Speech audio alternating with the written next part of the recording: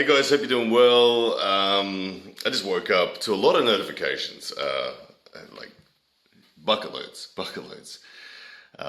Anyway, lot of stuff. I enjoyed a video from Rob Vigent when he was interviewed with Neil Pickup, and there was a lot of tongue in cheek in that. They were talking about my trajectory, talking about he doesn't really follow my journey because it's always on a ridiculously high trajectory, and he was kind of, like I said, tongue in cheek, mocking sort of the confidence that I have. And I wanted to talk about mindset for a minute, because mindset is something that I've had people say my self-belief is my biggest weapon. And I wanted to share with you why I focus so much on self-belief, and why it's not so much even a focus, it's just a genuine position that I'm in. Failure has to be an option. And for so many people, you don't allow that to happen.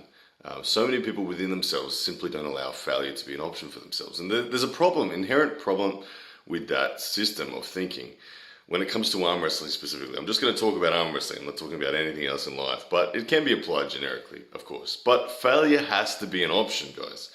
As soon as you, within yourself, don't allow failure to be an option, you inherently are going to make conservative choices to prevent you from ever facing a situation where you may lose.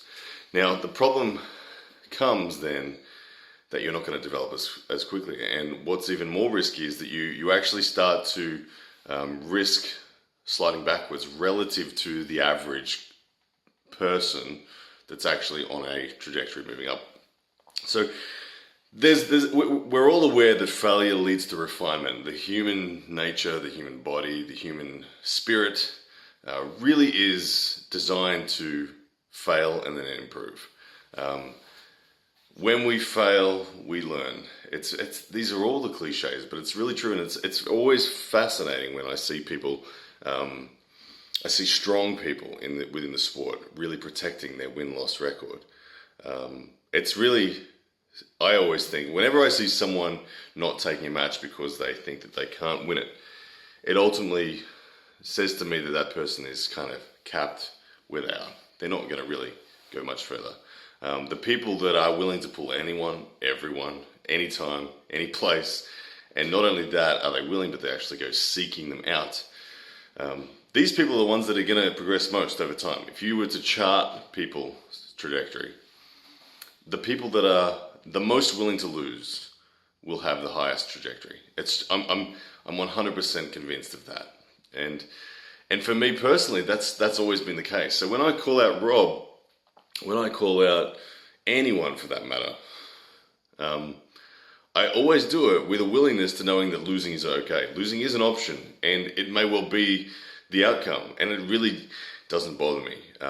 I just simply know the soil in which I grow fastest, and planting the seed in that soil of being okay with failure is where I want to be. I like to look at it the other way. Seek out the failures as often as you can until you can't find them anymore. And you're going to find that your failures really need to first be found in your local area amongst other professionals. And then you're going to find your failures outside of your local area and in your state. Once you can't find your failures there anymore, look nationally. Once you can't find your failures there, so on and so on. Now, I've been doing this process. I started out in the sport, finding my failures, traveling all the time, arm wrestling as many people as I could. And I can no longer find failures in Australia within my weight division. I have to look within the super heavyweight division, and even in that area, there's only 3 guys that I can still potentially find my failures against. Within my weight division, I have to go internationally, and even internationally, it's getting harder to find the failures. So I'm looking. I'm always looking, and I don't want to find a win. I seriously don't want to find a win. I'm going to keep doing this. I'm going to keep calling out people that have bigger reputations than me, that have been doing it for longer than me, that have had more wins than me. I'm going to keep doing that. And you watch, I'm going to keep progressing. And I'm going to go past the people that are no longer doing this process. This has been consistent my entire life in arm wrestling, my entire life in sport in general, is this process. So nothing will change. Now, me calling out Rob, yes, on paper, it's very much a loss for me. Not many people would, on paper, even put me in the realm.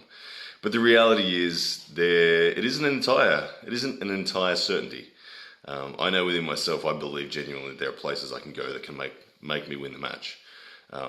It may well be that I don't get there, and it may well be that I lose. Do I care? Not the slightest. It excites me. I can't wait.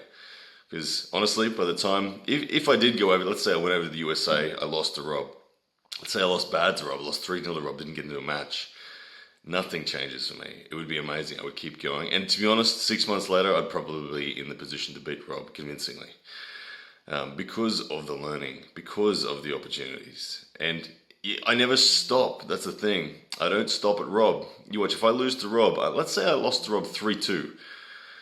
12 months later, I'd be looking for a match with Devin Larratt. I'm not looking for a match with Rob anymore because I want a more significant loss every time. I always want to be progressing up in who I'm losing to. And then inevitably it makes a win over Rob when it comes time.